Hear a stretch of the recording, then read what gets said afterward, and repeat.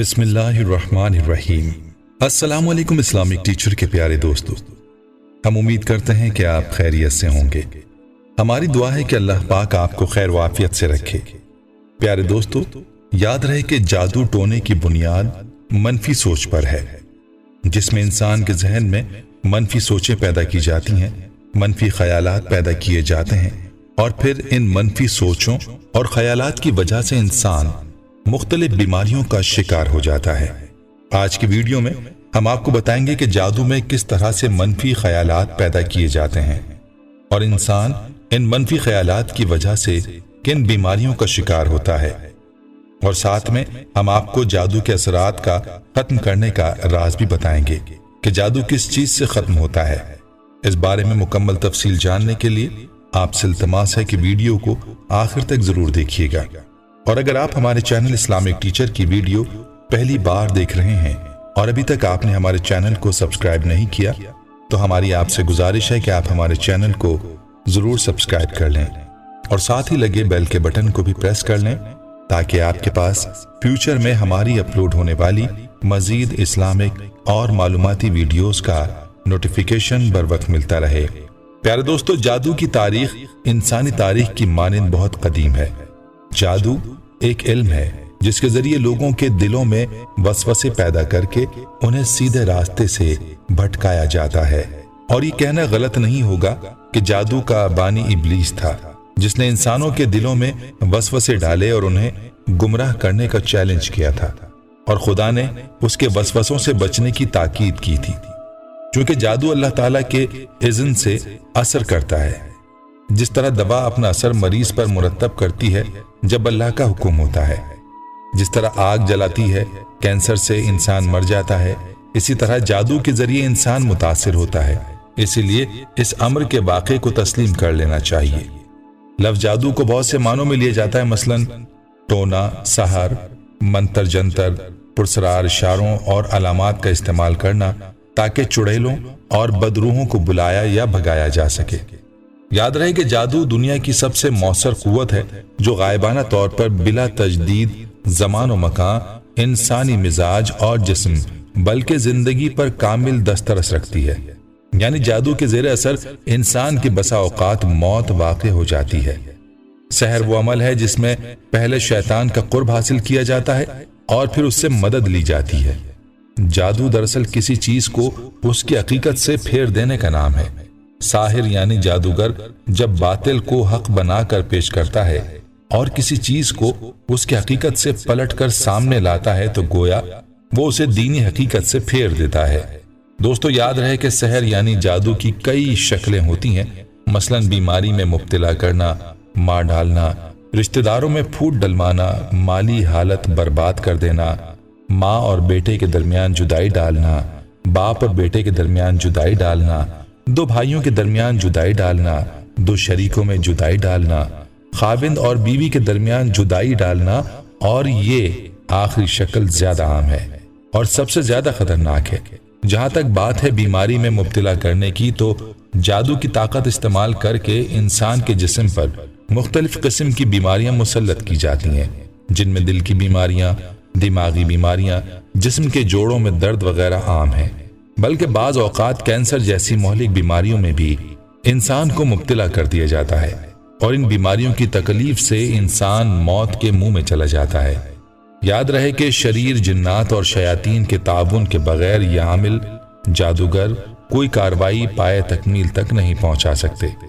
जिन्नात उनसे ताउन करने के लिए उस वक्त तक तैयार नहीं होते जब तक उनसे कुफरिया और शिरकिया काम नहीं करवा लेते।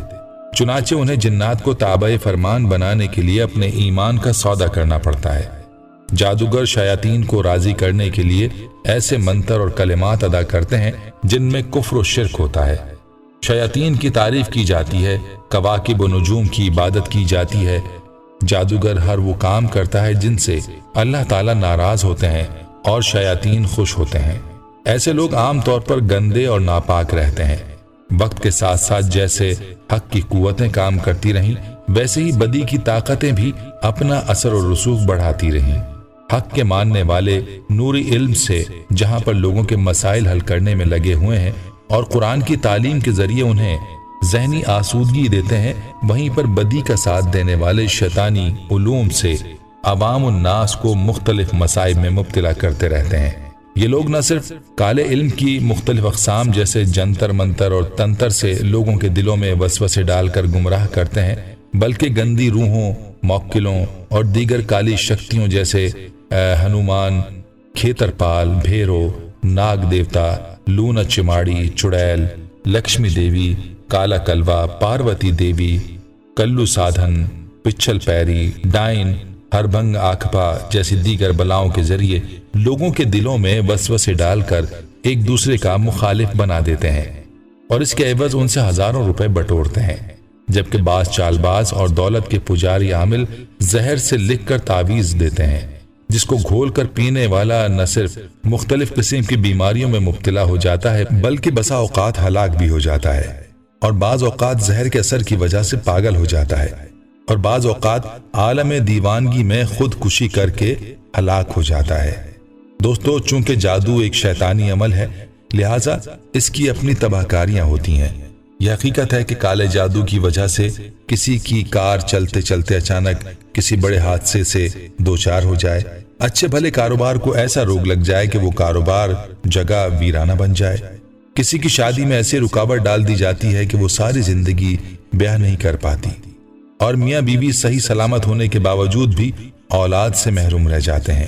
اسی طرح کسی کے گھر کی دیواروں پر آپ ہی آپ خون کی لکیریں بن جاتی ہیں، اور کسی کی جان کالے جادو کی مدد سے اس کے سر پر کسی مندر یا مرگھٹ سے اڑائی گئی ہانڈی آ کر لیتی ہے۔ آخر میں آپ کو یہ بھی بتاتے چلیں کہ جادو کی خواہ کتنی بھی قسمیں ہوں، ان کا سیکھنا اور کسی پر کروانا ہر حال میں حرام ہے۔ ہمارے معاشرے کے کچھ افراد زبان سے کلمہ پڑھنے کے باوجود بھی عقیدے کے اتنے کچے ہوتے ہیں کہ وہ حسد، رقابت، جلن اور اپنی محرومیوں کا بدلہ ایک خوشحال اور ہنستے بستے گھرانے یا فرد سے اس طرح لیتے ہیں کہ وہ ذہنی اور مالی لحاظ سے تباہ حال اور کنگال ہو کر رہ جاتا ہے۔ اور جادو کے حرام ہونے کی اور بھی بہت سی وجوہات ہیں، جن میں سے چند یہ ہیں۔ کہتے ہیں کہ سخت ترین جادو میں تو نعوذ باللہ قرآن پاک کو الٹا لکھا یا پڑھا جاتا ہے، یا حرام اور غلیظ سیاہی سے لکھا جاتا ہے۔ بعض اوقات جادوگر قرآن پاک کو چھوٹے سائز میں بنوا کر اسے جوتیوں میں پہن لیتا ہے، پھر بیت الخلا جا کر مشرکیہ منتر پڑھتا ہے، جس سے شیاطین بہت خوش ہوتے ہیں، اور اس جادوگر کے تابع بہت سی شیطانی بلائیں کر دی جاتی ہیں جو اس جادوگر کے کام آتی ہیں۔ اب ہر مسلمان کو خود ہی فیصلہ کر لینا چاہیے کہ ایسے عمل کا حصہ بننا حلال ہوگا یا پھر حرام۔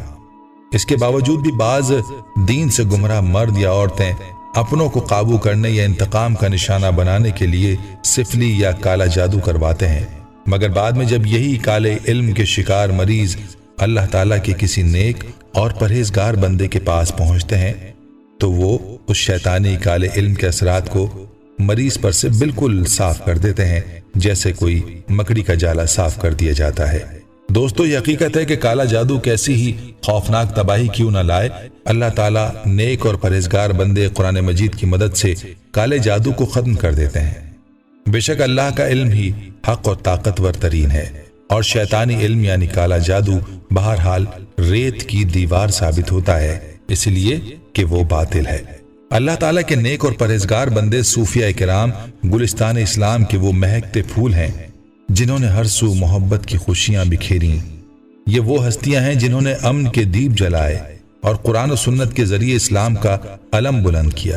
جب کوئی جادو کی بیماری میں ہو تو اس کا علاج جادو سے نہ کرے، کیونکہ شر برائی کے ساتھ ختم نہیں ہوتا، اور نہ کفر کے ساتھ ختم ہوتا ہے، بلکہ شر اور برائی خیر اور بھلائی سے ختم ہوتے ہیں۔